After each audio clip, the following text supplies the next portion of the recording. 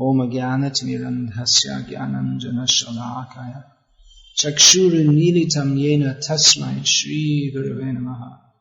I'll start by singing Srila Bhaktivinoda Thakur's one of his kirtans describing what is anukul, what is favorable for performing pure devotional service. This, in particular, one verse is relevant to Srirangam, which I'll explain later. In discussing the factors favorable for pure devotional service, Srila Bhaktivinoda Thakur first of all mentions the dust of the lotus feet of pure devotees. And that service to devotees is in itself the supreme perfection and is the root of the creeper of prema. Bhaktivinoda Thakur says that Madhava Tithi, the day of Ekadashi, is the mother of devotion. And he says, I assiduously follow that, I carefully follow that. The place where Krishna lives, that's a real place to live, that's what I say. And with great respect, I choose to live there myself. Of course, Krishna has many places where he lives. There are many holy places where Krishna lives. He lives everywhere. But particularly, there are certain places which are connected with the worship of Krishna, of which Srirangam is one of them. In this regard, Srila Bhaktivinoda Thakur says, Gora Mara Jeshabastane Karelo Brahmanaranga. All the places that Chaitanya Mahaprabhu visited in great delight, he traveled to in great delight. Bhaktivinoda Thakur says, I will see all those places in the association of loving devotees. So I was saying that this song is connected with Srirangam. So here in this song, Bhaktivinoda Thakur says about Chaitanya Mahaprabhu, Koralo Brahmana Range. Range in non-Bengali pronunciation. Bengali pronunciation, Range. So this place is also known as Ranga Kshetra. And that's because of Lord Ranganatha. This Ranga means pleasurable pastimes. Vilasa, that's another term with a similar meaning. So of all the places that, Chaitanya Mahaprabhu had two principal places of pastimes, namely Navadvip, where he lived for 24 years, and Puri, where he lived for 18 years. And then another 6 years he was coming and going, in which he also spent, within those 6 years, he spent considerable time in Puri also. But the place that he spent, the third longest period of time that Chaitanya Mahaprabhu spent anywhere was in Srirangam. 4 months, which is considerably less than in Puri and in Navadvip. He stayed here during the Chaturmasya period of his tour to the Dakshinapta.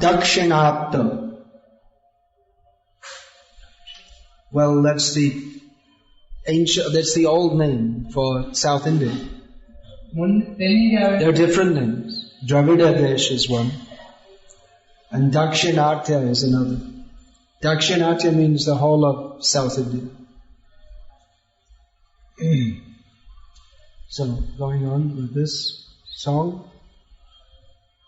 Chaitanya Mahaprabhu says that my mind always desires the opportunity to hear the sound of the mridanga.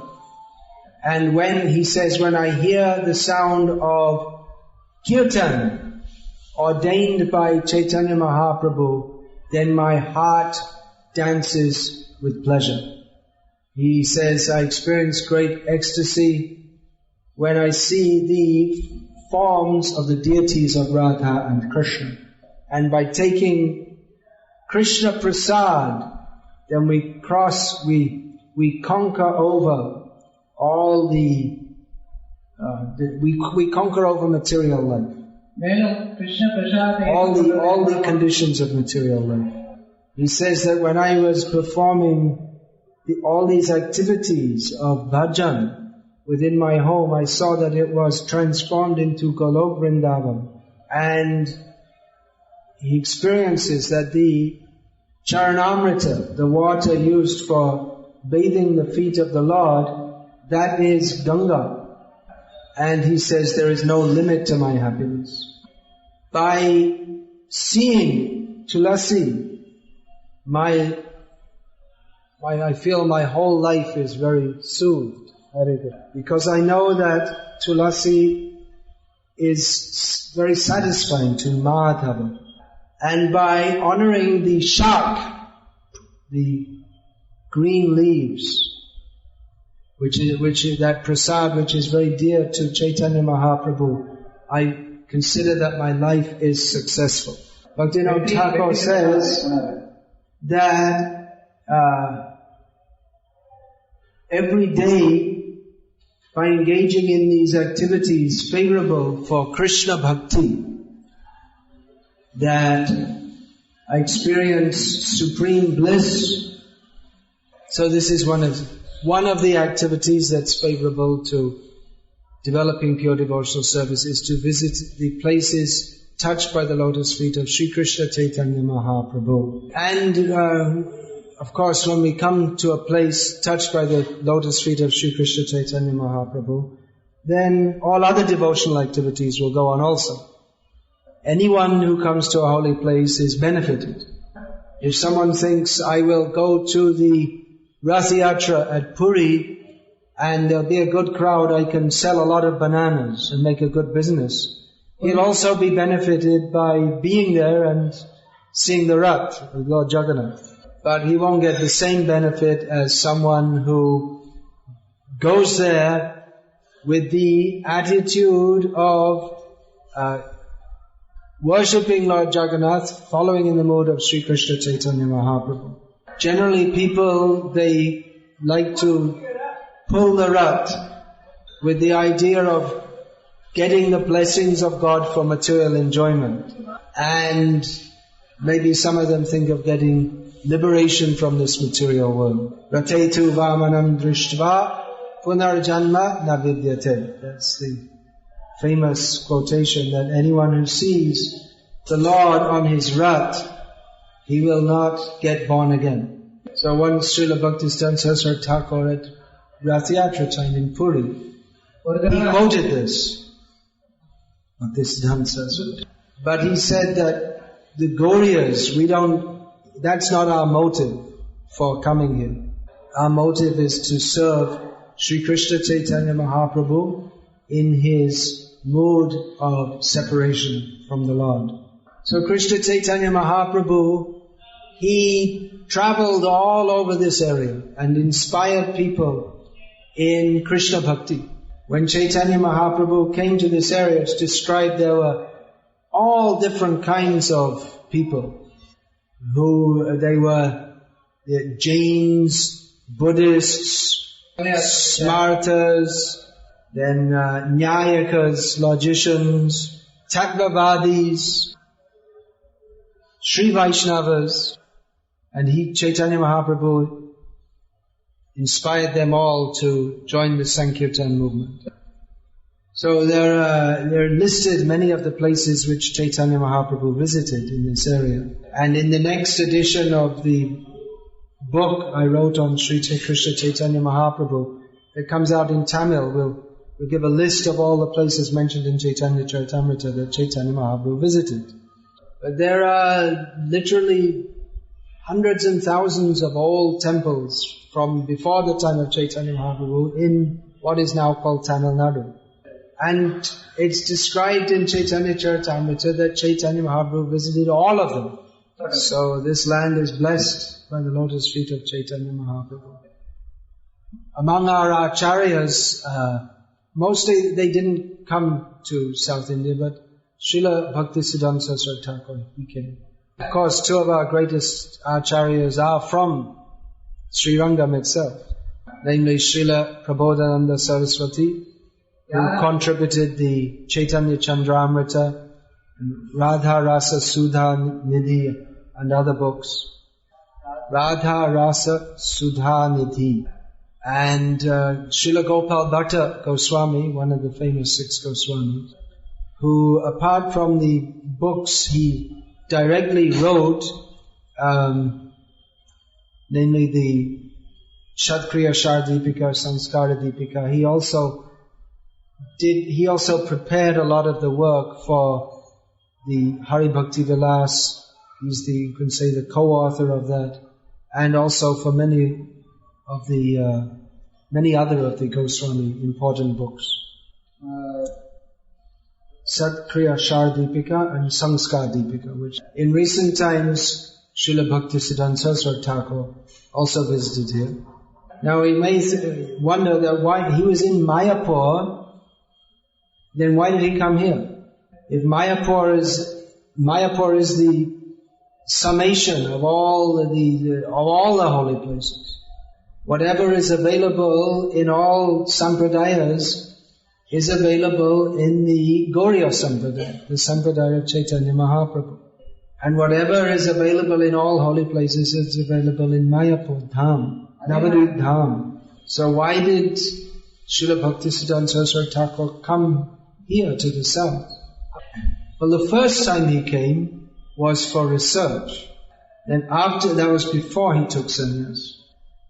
And then afterwards he came again for preaching. So we pray, Nama Om Vishnu Padaya Krishna Preshtaya Bhutale Srimate Bhakti Siddhanta Saraswati Name. That he is very dear to Lord Krishna in this world. So you may say, well, why did he not just stay in Mayapur? Then you could say, well, why didn't he just stay in the spiritual world? What did he come here for anyway? He came to this world because he had some service to perform to Krishna within this world. He's described as Dinatari, the uplifter of the fallen. So how to establish the mission of Krishna in this world? For that purpose, he traveled and researched the different sampradayas. What is their history? What have they done? What are their teachings? We find that the religious history of India is one of contention. Contention means argument. Everyone is trying to establish their own theory as the best. Even among the Vaishnava Sampradayas, we find that the Madhva Sampradaya and Sri Sampradaya, they'll debate over various subtle points of philosophy. The impersonalists, they try to solve or to overcome this spirit of contentiousness by saying that all paths lead to the same goal. So there's no need to fight over it. So there's no need to fight because everything's all the same. Well, against this idea of everything that is all the same, the Vaishnava Acharyas fight more. The impersonalists are saying, yeah, everything's all right, everything's all the same, and no need to fight. And the Vaishnavas are saying, no, you rascal, we'll fight against your nonsense. Everything is not all the same. You want to make the Jiva and the Ishvara the same, and be happy like that.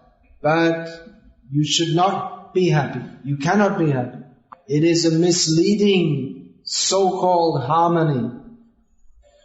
So the Vaishnavas seek to establish truth distinguished from illusion for the benefit of all. So argumentation may be required, but argumentation and intellectual triumph over others, that does not in itself constitute the ultimate goal of life. The Chaitanya Mahaprabhu's Sampradaya harmonizes whatever is good in every doctrine by bringing it to its perfection. So although some Vaishnavas, they may seek to enter into excruciating intellectual attacks on us or try to show how according to Vedanta study this is not right, that is not right. Actually, we're not so much interested in that. When Srila Prabhupada arrived in Hyderabad, I believe it was in 1974, a newspaper reporter asked him, "Are you an Advaitavadi or Advaitavadi?" So that's the normal question you might ask a sadhu. Then you understand what he's all about. The sadhus are either Dvaitavadis or Advaitavadis. But Prabhupada, he didn't even answer the question. Srila Prabhupada did not answer the question. He said, what is the use of this question? There's been no rain here for 2 years. Anad bhavanti bhutani parjanyadana sambhavaha yagya bhavati parjanya yagya karma samudbhavaha. Prabhupada quoted this verse. There's no rain and people are suffering from lack of food, so we have to have yagya, then there will be rain. This is practical. And yagya karma samudbhavaha. Then the yagya, just like these nonsense people, they organize so-called yagyas, and in between they have coffee breaks for the priests. But the background of yagya is one has to follow regulated principles. So Srila Prabhupada said, we have come here to perform Sankirtan Yagya. And actually within 2 days of Srila Prabhupada's Pandal program in Hyderabad, then profuse rains came after 2 years. So Srila Prabhupada the newspaper reporter wanted to put him in a box. Advaitavadi or Dvaitavadi. But Srila Prabhupada was always practical. And actually we are Dvaitavadis and Advaitavadis, and we're not Dvaitavadis or Advaitavadis. Our ambition is to be Gopi Bhartur Padakamalaya Dasa Dasa Anudasaha. To be the servant of the servant of the servant of Krishna, the lover of the gopis. So by the mercy of Chaitanya Mahaprabhu, all these actually lower considerations are overcome. It is not that the Sampradaya of Chaitanya Mahaprabhu is devoid of philosophy, and some people think that it's simply sentimental. But Chaitanya Mahaprabhu, while presenting the topmost philosophy, brings everyone immediately to the actual point of that philosophy, which is to love Krishna. One may be expert in debate, but what is the use unless one loves Krishna? One devotee, he was Madhudvisha Prabhu. He was traveling with Srila Prabhupada on the flight from Bombay to Nairobi. So Prabhupada said to him, let's debate. You be the impersonalist and I'll be the devotee. So Prabhupada smashed all his arguments. Then Prabhupada said, okay, now you be the devotee and I'll be the impersonalist. And Prabhupada smashed him again. He said, I was thinking that, now it's going to be easy. I just got all the arguments from Prabhupada and I'll just defeat Prabhupada. But Prabhupada was more expert. Another time, one of Prabhupada's sannyasis, he was preaching in South India and he wrote a letter to Srila Prabhupada saying, help, what am I going to do here? Because in those days especially, many people were learned in Shastra. So they'd come out with all these quotes from Shastra, and the devotee, they'd only been in the movement about 3 years or something, and I wonder, what do I say to this? So Srila Prabhupada said, you just learn 24 verses from Bhagavad Gita and you can defeat every philosophy. Just like if, for instance, someone says, well, Shiva is supreme. Then you ask them, do you accept Bhagavad Gita? And they will say yes. Then you quote No one is equal to me. I am superior to everyone. Krishna says, finished. Shaivism finished. But actually there's another way that these people can be defeated. Actually, they'll never be defeated. They'll never be defeated because their ego is such that even if people are defeated in argument, they can never admit it to themselves or others. But the special contribution of Chaitanya Mahaprabhu that everyone will accept is his blissful contribution of love of Krishna manifested in Sankirtan. When Chaitanya Mahaprabhu came here to Srirangam, all the brahmanas, they were delighted, they were entranced to see his chanting and dancing. Now at that time there must have been, of course it would have been different in many ways to what it is now. The same temple was there, but there wouldn't have been so many buildings all around. There would have been lots of open space. And many brahmanas and others engaged in the service of the Lord. And an atmosphere of bhakti, very strong atmosphere of bhakti. Even today there's an atmosphere of bhakti. So what to speak of then when people they're really a lot more into it than they are today. So they really appreciated Chaitanya Mahaprabhu because they're devotees. We find in recent years also that with Srila Prabhupada sending his disciples all over India, that the Sri Vaishnavas, and especially in Srirangam, from the beginning they have been very appreciative of our devotees. They're not envious. When they see devotees chanting and dancing, they don't say, this is bogus, you're Westerners, you can't do it. No, they very much appreciate. So we don't find any mention of Chaitanya Mahaprabhu getting into long-winded polemic discussions over intricacies of philosophy in Srirangam. He chanted Hare Krishna and danced. And the local people appreciated that he is situated on the highest platform of love of Krishna. And that someone who's attained that, there's no need of discussing this, that and the other. That's the highest perfection. Although eventually, after residing here for some time, Chaitanya Mahaprabhu did enter into discussion with his host, Vikasa Bhatta, and very gently presented, without saying that what you're doing is bogus or any such thing, but Chaitanya Mahaprabhu presented that the love of the gopis for Krishna, the love of the gopis in Vrindavan for Krishna supersedes even that of Lakshmi for Narayana. But Chaitanya Mahaprabhu didn't go on a campaign that what you're doing is all bogus. No such thing. He appreciated. This is where he said that actually all the forms of...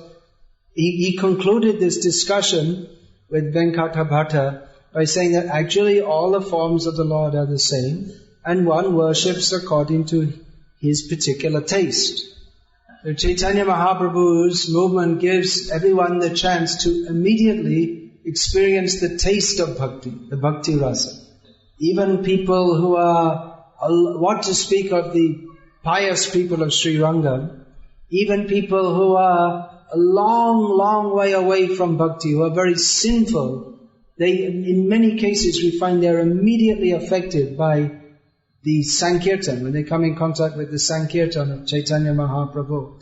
Generally, people who are of more pious background, they will be attracted to the Sankirtan movement, which is of course one reason why our ISKCON is developing nicely and expanding in India more than in other countries. Because despite so much materialism and sinfulness in modern India, still today there are some vestiges of the piety of Vedic culture. But often we find that even people who are very sinful, they are attracted to Krishna consciousness, which is why in some ways preaching in the Western world is more exciting than in India. I'm not saying that one place is better than another, it's just an observation. But here in India there are so many pious people who just with a little contact and cultivation can take to Krishna consciousness very seriously. And in the Western world there are practically no pious people who with a little cultivation can take to Krishna consciousness very seriously, apart from some of the Indians who have gone there. But still people are taking to Krishna consciousness. So seeing that transformation is something which it gives devotees a lot of pleasure to see how people are taking to Krishna consciousness. Even giving people books in the Western world, it's like even to give any one person a book of Srila Prabhupada, it's like you can appreciate how it's a great step forward for that person. It's just like in Slovenia during the whole of December with so many devotees putting in so much effort, a total of about 6,000 books were distributed, wasn't it? About 6,000?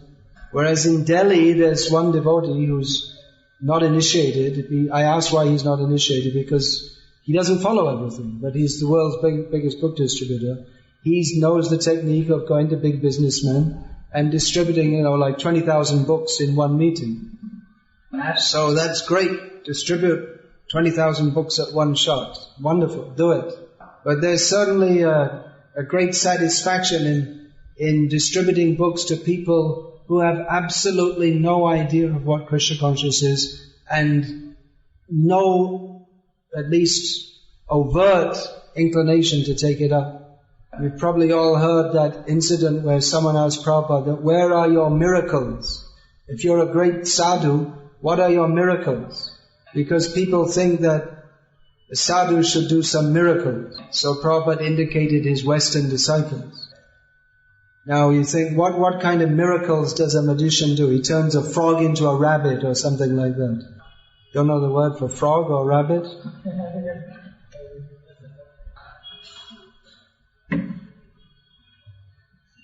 Frog is called manduk in Sanskrit. Tamil? You got the word for rabbit? Okay. So turning a frog into a rabbit, that's not a very big thing, but turning a sinful, meat-eater, drunkard, woman hunter into a devotee of Krishna, that's something far more wonderful.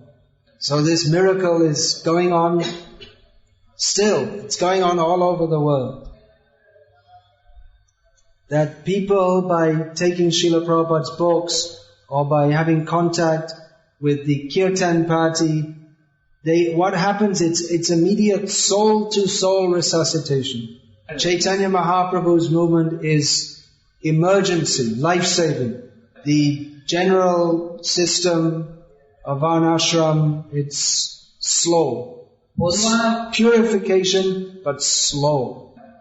And even the various processes of bhakti given in other sampradayas, it's not as immediately purifying as that of Chaitanya Mahaprabhu's process.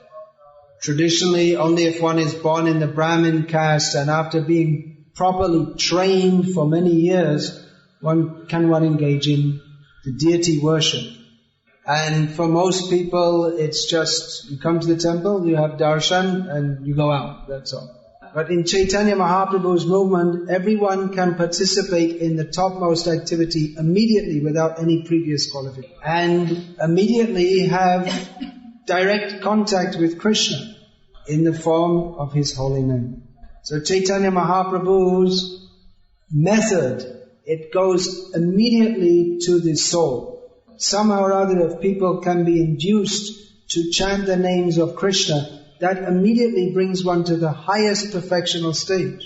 It seems like it is very easy. And it is. Generally we think that we have to go through so many processes to reform our minds, and to reform our habits and overcome our sinful activities. But Chaitanya Mahaprabhu's process is immediate, total reformation. As much as we are ready to accept it, Krishna is ready to reciprocate with us immediately. And people are inclined to do so because they have a spiritual experience from contacting the Sankirtan party. That people have had so many experiences throughout their lives, they never had any genuinely spiritual experience. If devotees are chanting actually with the mood of pleasing Krishna, then that chanting will affect the hearts of other people. And even if people are sinful or no interest in Krishna consciousness, they can immediately appreciate that this chanting and dancing, it is something from a completely different platform from anything that they ever experienced. The same thing with Srila Prabhupada's books. These books, they have the effect that people take them and it literally lifts them to a different dimension.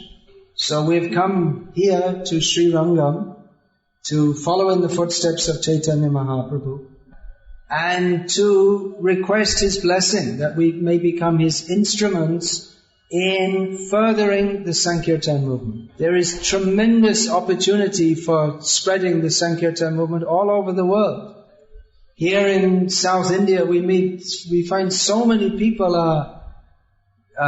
they're ready actually. We can see that just with a little association they can take up Krishna consciousness very seriously. There's very good hope that if we systematically and in a selfless spirit continue to push on this Sankirtan movement, in this area there can be literally thousands and thousands of devotees within a few years. It's a great opportunity for service. Chaitanya Mahaprabhu's dancing and chanting is filled with spiritual potency because it is in the mood of service. Srila Prabhupada very simply and quintessentially, that means giving the saram, he gave the meaning of the Maha Mantra, O Krishna, O energy of Krishna, please engage me in your service. This is the essence of bhakti. Sometimes people want to imitate the chanting, the ecstatic chanting and dancing of Chaitanya Mahaprabhu. But that becomes transformed back into material enjoyment. If we think Chaitanya Mahaprabhu is very happy by singing and dancing, I shall also be happy by singing and dancing, we miss the point. Because Chaitanya Mahaprabhu's happiness comes from only thinking of Krishna's happiness. So with this attitude of service, then we can actually chant and dance in such a way that others will also be inclined to take up service to Krishna.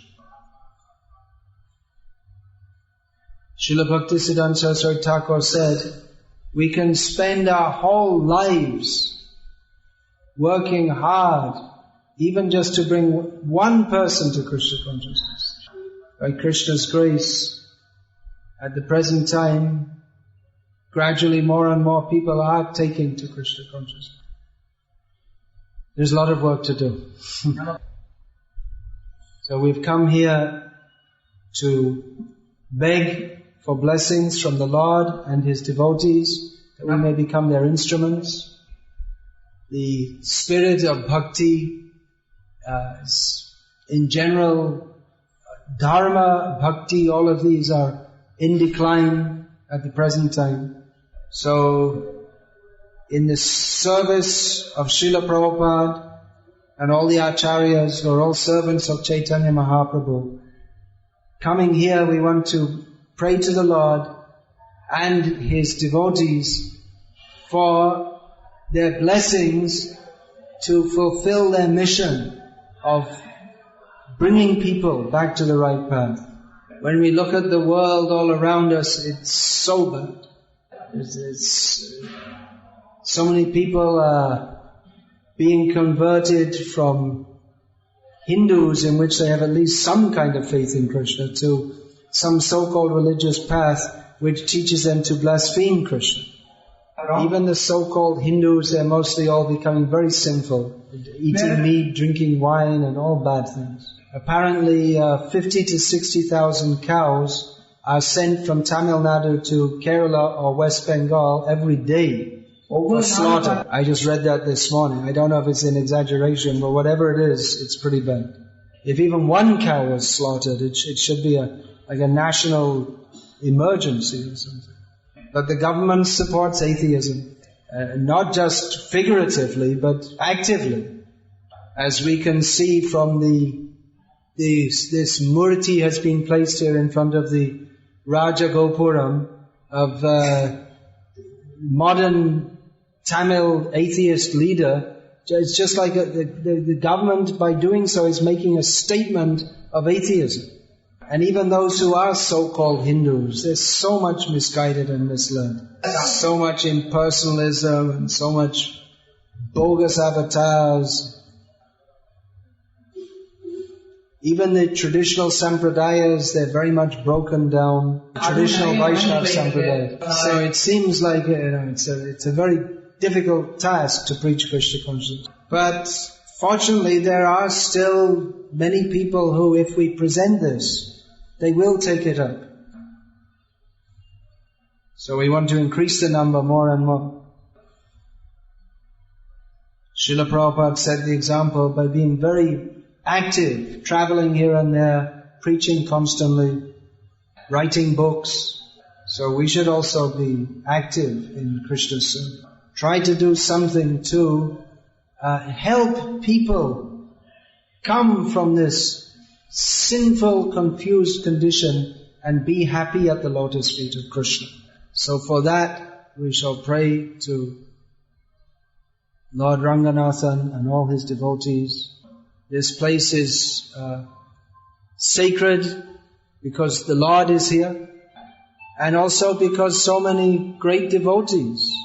At this is the only, among the Divya Deshams, this is the only one where all 12 alvas, they composed their songs of praise to the Lord. So many great devotees have been here.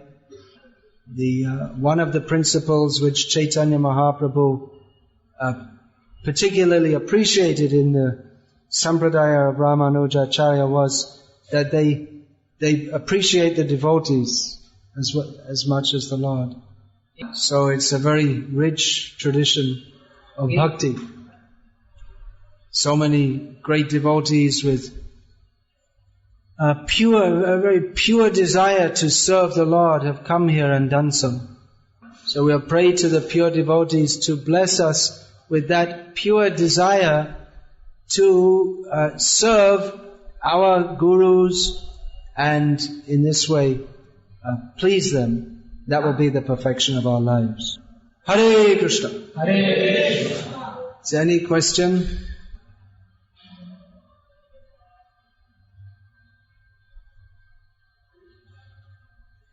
Did everyone go for darshan in the temple yet?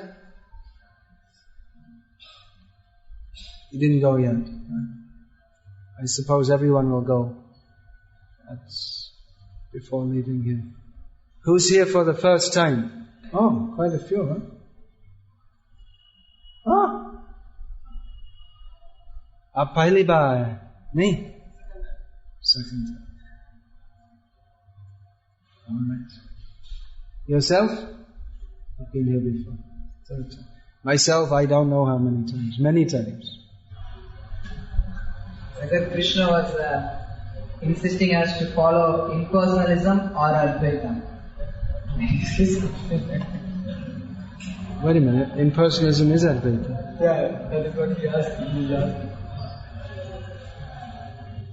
Well, what is Lord Krishna's last instruction in Bhagavad Gita? Charam shlokam sarvadhaman parityajya mamekam sharanam vraja. Translate? What is the meaning? Now some people say that when Krishna says mam, it means the general mass of everything. So they interpret that surrender unto me means surrender unto everything. In Bhagavad Gita, Lord Krishna establishes He is supreme. Aham sarvasya prabhavo matas sarvam pravartate. Everything comes from me, Krishna said. Aham hi adir devanam maharshinam cha sarvasya. I, Krishna says, I am the origin of all the devas and all the maharshis. So surrender to Krishna means to Devaki Nandan, Yashoda Nandan, Partha Sarati, Krishna. What does that Sharana mean? Sharanagati. It says, it's a specific meaning of this word. The first factor is Anukul Yasya Sankalpa, to make the determination to serve Krishna favorably. So one of the great philosophers of modern India, who happened to be a resident of Madras and who was the second president of India, he interpreted Anukul Yasya Sankalpa as goodwill to all beings.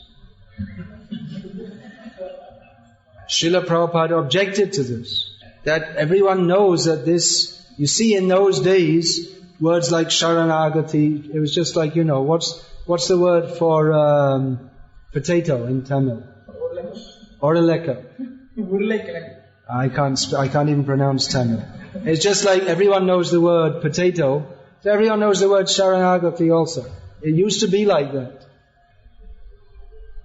So what is a potato? Everyone knows it comes from the ground, right? Maybe they don't know. One time I was in Udupi and someone presented me with a pineapple. And it was somewhat out of season, so I was surprised. So I asked that, well, where did you get that from? And a young man who was with me, a medical student at the time, he's a doctor now, from Delhi, where they never saw anything grow, he gave the reply, it's from his own tree. Anaras? Anasa. So, anyone who happens to know or has ever seen pineapples growing, know that they don't grow on trees. Each one is an individual plant just growing out of the ground, not more than this, maximum this height. So there's no pineapple tree. So in the same way, everyone knows Sharanagati means, this verse, Anukul Yasya Sankalpa, it means in relationship to Bhagavan Narayana. So even if you're famous as a great philosopher, if you interpret Anukul Yasya Sankalpa to mean goodwill to all living beings, it's like saying that the pineapple came from is a very good pineapple tree. It's a meaningless statement. It's like after you read the whole Ramayana, saying that, well, I really enjoyed the story, but I just want to understand that who is Sita the husband of? Means that you're a buffoon. You just don't understand anything. So when Krishna says Mam ekam sharanam vraja, it means surrender to me only. There's actually no question of Advaitavad. There's no such thing in Bhagavad Gita or in Shastra. It's just invented by people who they're growing pineapple trees. Krishna is the Supreme Personality of Godhead. It is an irreducible, irrevocable, eternal fact. And no amount of meditation or imagination can change that. By imagining that I am Krishna, you can become fully absorbed in that imagination, but it will still only be an imagination. In the Western world at the present time, there's one kind of new age, they call it you just kind of think and it happens. They have this idea, you just think about it and it happens. There's this idea, if you just keep on thinking that I'm a billionaire, then eventually you'll become a billionaire. So people go their whole life thinking, I'm a billionaire, and going off to the factory to work. So in the same way, people think, I am God, I am God, I am God. And they're being smashed by Maya and birth, death, old age and disease. So have fun growing pineapple trees. And people who are sane, they will accept, I am not the Supreme, Krishna is the Supreme. And someone who is insane will say, how can you say there's no pineapple tree? There might be one. Unless you can prove that it doesn't exist, it might exist. So you eat pineapples from pineapple trees, and rice that grows on trees, and milk that comes from a plant. You can eat all this imaginary food and starve to death. So in the same way, you can go on with these imaginary processes of spiritual life. But we shall chant Hare Krishna and revive our eternal relationship with Krishna. What were you going to say? When you say about being an instrument. No water to drink? Alright, yeah, and then? Some answers how we can pray in Srirangam, how we should be active in the Prabhupada and do it for the pleasure of Krishna. My question is, how much is our capacity or our skills? Because sometimes I feel I'm not capable of doing some really nice thing for people like colleges, and you have to be really some expert, It's not only our attitude, our bhakti, it's also our some capacity to do something nice for Krishna. How much we can develop this? What to do if we don't have, and we would like to make many new devotees? How I can be empowered? Alright. Just do what you can and Krishna will be satisfied. The squirrel who was pushing sand into the sea, Lord Ram didn't convert him into a monkey so he could do more. What he was doing was satisfying enough. Always try to do more, but understand that not everyone can do everything.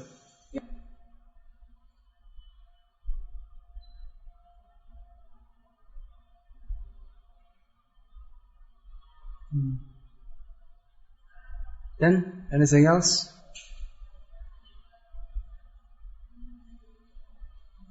Yeah. Okay, take the mic.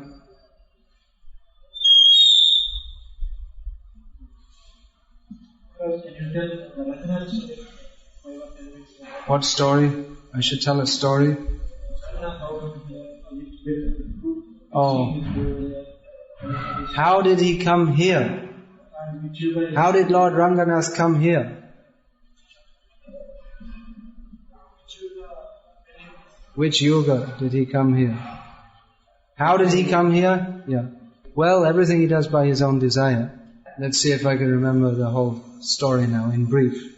First of all, he was worshipped by Lord Brahma, who gave him to Swayambhuva Manu, who gave him to Ikshvaku, who is from whom came the whole Surya dynasty, in which the most famous person is Raghupati Raghava Raja Ram, Ramchandra Bhagavan.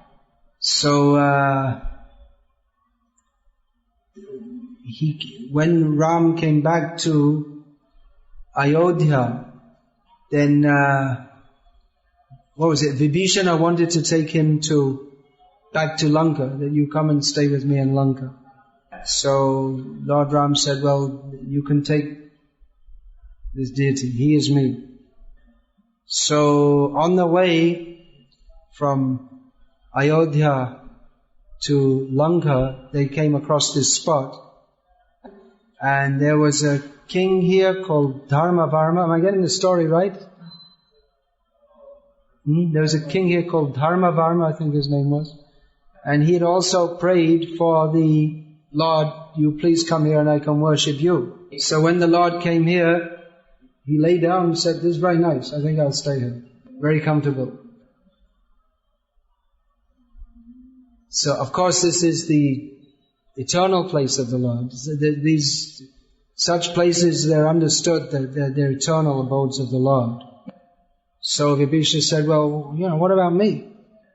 And the Lord said, don't worry, I'll look at you. So the Lord is looking toward Lanka. Of course, exactly where is Lanka, that's another question. There's Sri Lanka, what is presently known as Sri Lanka, but in the Puranas, it's said to be 7,000 yojanas away from Bharat, something like that. So there are different theories about what actually is the Lanka of Kuvera and Ravana. But that in brief is the story of how the Lord came to be here. And he left at some point in time when there were attacks from certain persons, Muslim invaders, and for a long period he was covered in sand. No one knew he was here. So there's a long history. That gold vimanam over the temple, that is a symbol of the victory of Vaishnavism over Buddhism. Because formerly that gold vimanam was a gold deity of Buddha. There used to be very